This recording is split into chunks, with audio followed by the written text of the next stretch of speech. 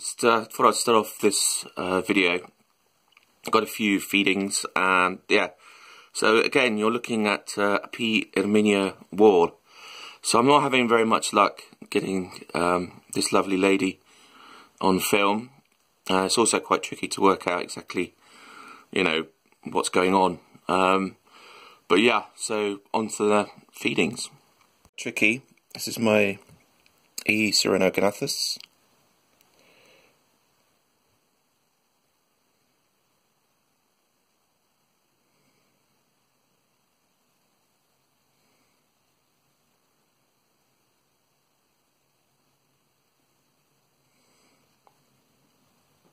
Whoa! Sorry, you couldn't exactly, just about got it in focus there, but anyway, there she is, looking lovely. On to the next. This is my GBB sling, who looks lovely, just there at the top of the screen, if you can make that out, but should eat, although you never know, could be pre-molt.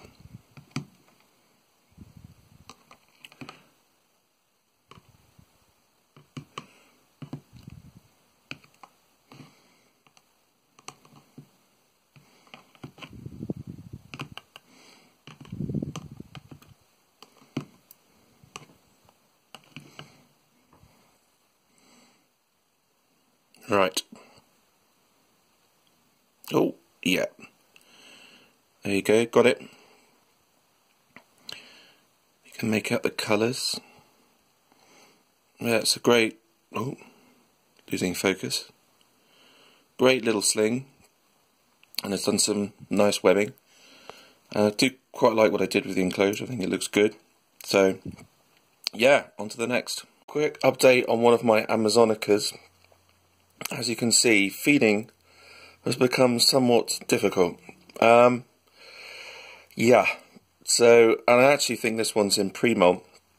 As you can see, it's completely webbed up the top of the lid, and decided that an upside down life is better than a normal one. Obviously this one thinks it's Australian because it comes from the land down under. Sorry, that was a bad joke. Anyway, I'm probably going to try pre-killed on this one, but hopefully I'll get my other one to feed coming up next. Just rehouse that one, and this one I think I'm going to rehouse as well, because I don't know, the substrate actually doesn't look too bad, but the other one I had was actually still damp, which is quite surprising. So yeah, a bit of an update here, but yeah, this one molted before the other one, so I think, yeah, it could be pre-molt because it has been eating for a month or so. But yeah, okay, on to the next. Right, so this is my recently rehoused Amazonica. So as you can see, I've done a fair bit of cross ventilation here. I've used mostly vermiculite and yeah, sorry, so 70/30 vermiculite to cocoa.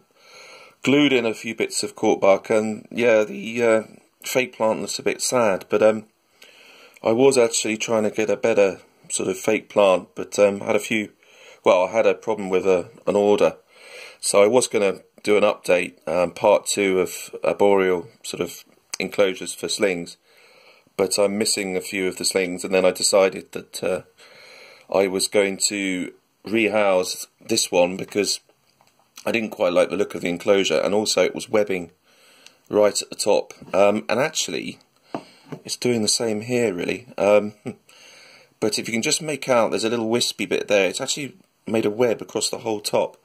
Now I tried to feed it, get a video of it yesterday, and it failed, so we'll try again today. If I lose the cricket, I think I'm just going to leave it in there. Right, she got it. So hungry today, but yeah, this one's looking great, and I'm not so worried about these avicularius anymore. I think they've got over the first initial stage of me being a bit of a noob, as it were. But well, you never know, because with tarantulas they are quite fragile when they're slings, so But yeah, so this is, I think, better. I mean, it's smaller than a 32 ounce. And yeah, yeah, just my tip is obviously, one of the big tips is keep your water dish away from any sort of wood. Basically, it's quite, I found quite a few times that basically wicking, you know, vegetation soaking up water and then obviously making it all nasty and damp. Right, I think I've got a few more feedings, or perhaps one to go. On to the next. So this is an exciting tarantula video. This is meant to be an M. balfouri, but as you can see, there is no tarantula. Which begs the question, where is it? I haven't actually seen it for weeks.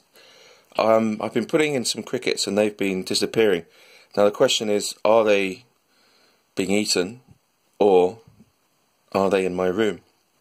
Which doesn't make nice sleeping arrangements, but have little crickets running around your head.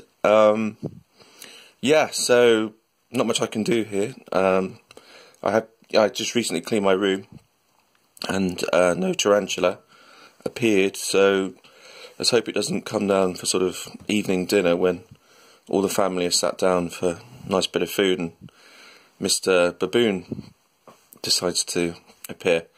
But yeah, so all I'm going to do is just carry on seeing if the crickets are disappearing and hopefully the tarantula is okay. So yeah, slightly strange video, but there you go. I just thought I'd give you an update on the wonderful world of keeping baboons. I do actually have some other baboons. One I think is in pre-molt, the OBT, and the king baboon has done some interesting burrowing. So I'm going to hopefully get that on a feeding video sort of tomorrow, which could be interesting because it's right down the bottom and the cricket gets lost. It's a nightmare. But yeah, so baboons, great species, but can be a bit frustrating. Right, at least is my T. Lagunas. Oh yeah, and a bit of a shout out to West Coast Arachnids, who I keep always meaning to give a shout out to and then forget. But anyway, so this one's for him. This is where it all goes wrong.